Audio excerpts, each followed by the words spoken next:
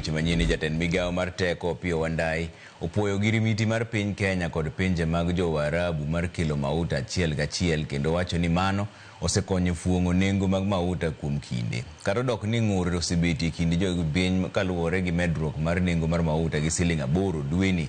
Wandayi wacho ni kaponi dine onge winjruok no motesi ni G2G, nengo mauta dine oidho malo mokalo.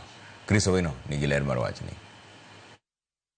Jatend migawo mar teko Opiyo Wandayi omiyo oganda jo Kenya singo ni kik gibed kod luoro moro amora e medruok mar nengo mauta e ndalo mabiro. Kata odoko ni ng'urne osechako wuok kaluwore kod medruok mar nengo mauta kod siling 8 e kor dwe mar 7 higani.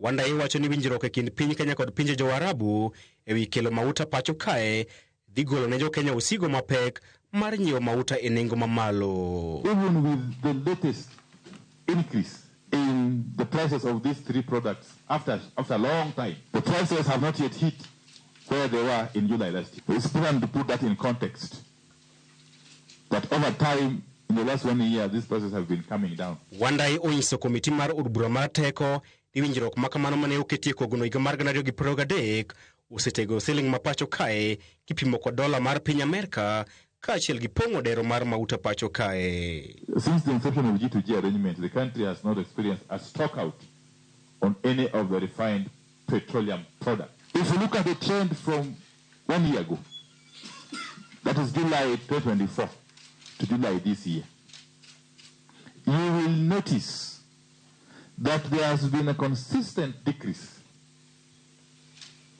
sometimes marginally, of these prices from July last year to June this year.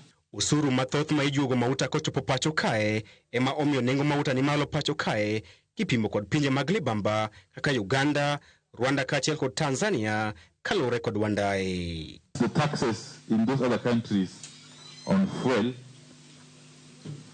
are lower than ours, and that is their wisdom and the wisdom of their respective parliaments. Wandayi lero ni kind pinje ma uchumi mag donge pinje mag Afrika, Kenya ema nengo mauta ni piny omiyo kik jo Kenya mbur ywak ahinya e wi medruok mar siling 8.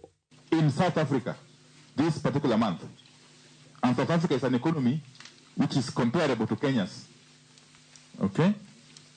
In South Africa, this particular month, a liter of petrol, okay, in Johannesburg today, okay, is the equivalent of Kenya shillings 217.9. Ksh8, Ramogi TV, Nairobi.